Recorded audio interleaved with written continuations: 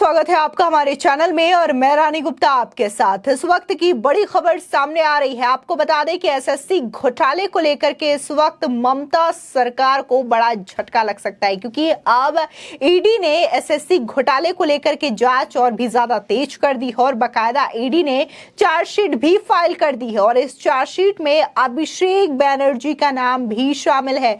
बताया जा रहा है कि एसएससी स्कैम में पहले सीबीआई ने अभिषेक बैनर्जी से पूछताछ की थी, अब ईडी ने भी अपनी चार्जशीट में अभिषेक बैनर्जी का नाम दायर किया है।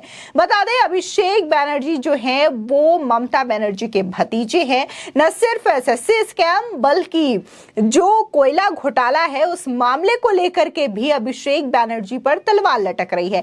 ऐसे में कहा यह जा रहा है कि जिस तरीके से शिक्षक भर्ती घोटाला को लेकर के जांच एजेंसियों ने अपनी कड़ी कार्रवाई अख्तियार की और कई सारे नेताओं की गिरफ्तारियां हुई, तो क्या अब इस बीच अभिषेक बैनर्जी की गिरफ्तारी हो सकती है?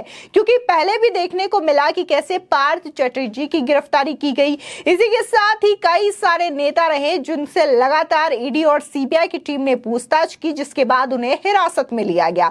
तो ऐसे में जब चार्जशीट पर अभिषेक बैनर्जी का नाम सामने आ गया है, नाम को शामिल किया गया है, तो क्या उनकी गिरफ्तारी तय मानी जाए? तो यह बड़ा सवाल भी खड़ा हो रहा है। बता दें कि केंद्रीय जांच एजेंसी ईडी ने बंगाल के बहुचर्चित शिक्षक भर्ती घोटाले की चल रही जांच में अपनी चार्जशीट में टीएमसी नेता और सीएम ममता बनर्जी के भतीजे अभिषेक बनर्जी के नाम का जिक्र किया है। बता दें कि यह पहली बार है जब किसी केंद्रीय एजेंसी ने अपने आरोप पत्र में अभिषेक बनर्जी के नाम का उल्लेख किया है। बता दें जांच एजेंसी के चार्जशीट के अनुसार तपस कुमार मंडल ने खुलासा किया है कि कुंतल घोष जो सुजॉय कृष्ण भद्र के बहुत करीबी थे, उन्होंने प्राथमिक शिक्षकों के रूप में उम्मीदवारों की विभिन्न अवैध नियुक्तियों की व्यवस्था करने के लिए उनसे रुपए एकत्र करने की बात कही थी। ये राशि सुजॉय कृष्ण भद्र को सौंपी गई थी। आपको बता दें दरअसल घोष युवा तृणमूल नेता थे और ईडी ने अपनी चार्जशीट में लिखा है कि सुजय कृष्ण भद्र अभिषेक बैनर्जी के वित्त संबंधी मामलों को देखते थे, जो अखिल भारतीय तृणमूल युवा कांग्रेस के तत्कालीन अध्यक्ष भी थे। आपको बता दें कि ईडी ने यह भी कहा है कि एसके भद्रा बैनर्जी के काफी करीबी थे। इसके अलावा ईडी ने यह दावा किया है कि सुजॉय कृष्ण भद्र अभिषेक बैनर्जी के मैसेज को आगे बढ़ाने के लिए पश्चिम बंगाल प्राथमिक शिक्षा बोर्ड के तत्कालीन अध्यक्ष मानिक भट्टाचार्य के कार्यालय में जाते थे। बता दें यह पहली बार है कि प्रवर्तन निदेशालय की किसी चार्जशीट में अभिषेक बैनर्जी का नाम दर्ज किया गया है। वहीं जांच एजेंसी ने शुक्रवार को सीबीआई अदालत के समक्ष सुजॉय कृष्ण भद्र के खिलाफ 7000 पेज का पूरक आरोप पत्र दाखिल किया है। सुजॉय भद्र पर बंगाल में सरकारी सहायता प्राप्त स्कूलों में शिक्षकों और कर्मचारियों की भर्ती में अनियमितताओं के संबंध में धन शोधन निवारण अधिनियम के तहत आरोप लगाया गया था। इसी के साथ ही आपको बता दें कि जब शिक्षक भर्ती घोटाला का मामला सामने आया था तो यहां पर कई 100 करोड़ रुपए के घोटाले का आरोप जो है वो ईडी और सीबीआई ने खुलासा किया था। इसी के साथ ही इसका जो तार था वो टीएमसी पार्टी से जाकर के जुड़ा, जिसमें पार्थ चटर्जी को गिरफ्तार किया गया और उनकी गिरफ्तारी के बाद उनसे पूछताछ के बाद अर्पिता मुखर्जी के आवास से करोड़ों रुपए नगद मिले थे। यूं कहे कि नोटों का ऐसा अंबार मिला जिसे देख करके हर कोई हैरान हो गया था। न सिर्फ नोटों के पहाड़ बल्कि इतनी ज्यादा तादाद में सोने के और चांदी के गहने भी बरामद हुए, जिसको लेकर के लोग तरह तरह के सवाल पूछ रहे थे। जिसके बाद ये सारा मामला खुला कि कैसे पार्थ चटर्जी भी इसमें शामिल थे और जिसकी वजह से ममता बनर्जी ने भी उन्हें मंत्रिमंडल से बाहर का रास्ता दिखा दिया। लेकिन इसके बावजूद सवाल ये उठते रहे कि कहीं ना कहीं ममता बनर्जी का पूरी तरीके से क्षय था, जिसकी वजह से पश्चिम बंगाल में शिक्षक भर्ती घोटाला, इतना बड़ा घोटाला कांड को अंजाम दिया गया, वो भी टीएमसी के नेताओं के द्वारा।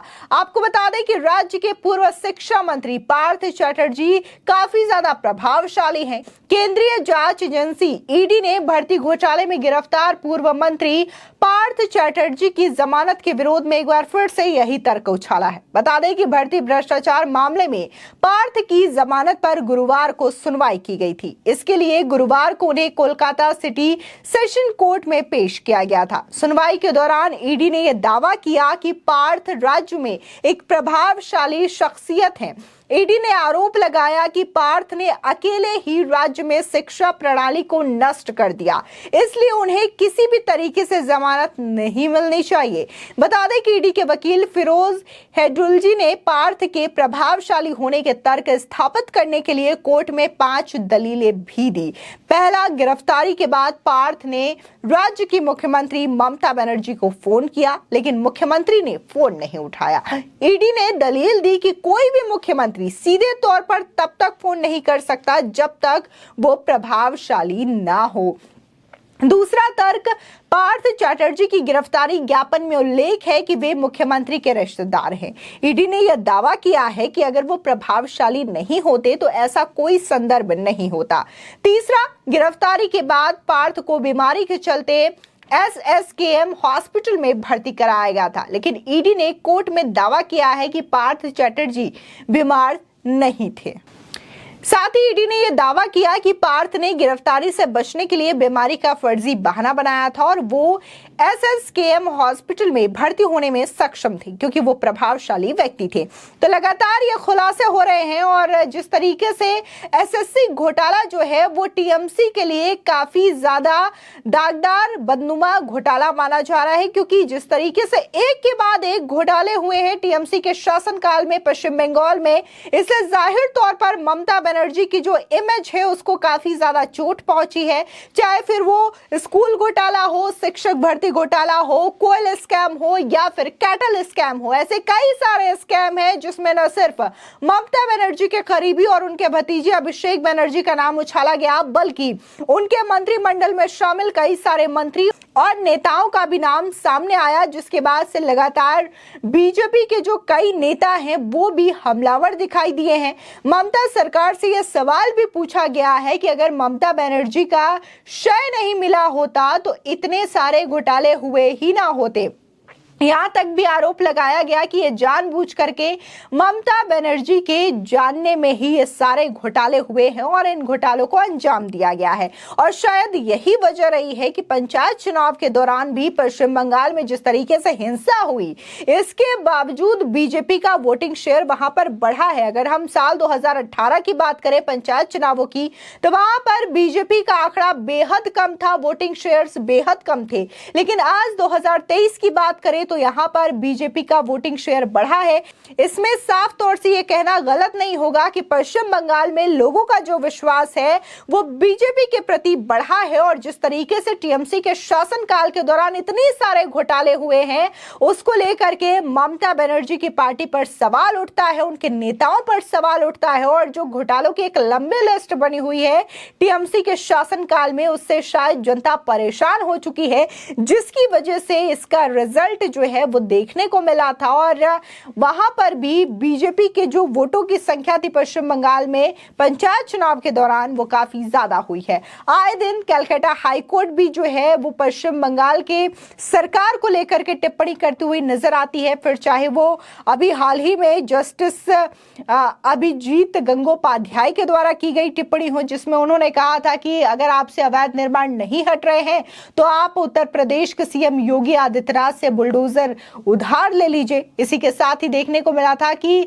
कलकत्ता हाईकोर्ट की ही जस्टिस अमृता सिन्हा ने पंचायत चुनाव में हो रहे हिंसा को लेकर के भी फटकार लगाई थी और उन्होंने ये कहा था कि अगर आपसे राज्य की स्थिति नहीं संभल रही है तो इसे संभालिए, क्योंकि राज्य की जो स्थिति है उसके जरिए आप अन्य राज्यों को क्या मैसेज देना चाहती हैं। अगर इसी तरीके से राज्य में हिंसा होती रही तो फिर क्या जरूरत है बंगाल पंचायत चुनाव करवाने की। तो इस तरीके से लगातार ममता शासनकाल के दौरान न सिर्फ घोटाले हो रहे हैं बल्कि एक के बाद एक सुप्रीम कोर्ट से फटकार लगती हुई भी टीएमसी पार्टी के नेताओं को और वहां की सरकार को दिखाई दे रही है। फिलहाल इस खबर को लेकर के आपकी क्या राय है हमारे कमेंट सेक्शन में जरूर बताएं। आगे की और भी अपडेट के लिए चैनल को सब्सक्राइब करना ना भूलें।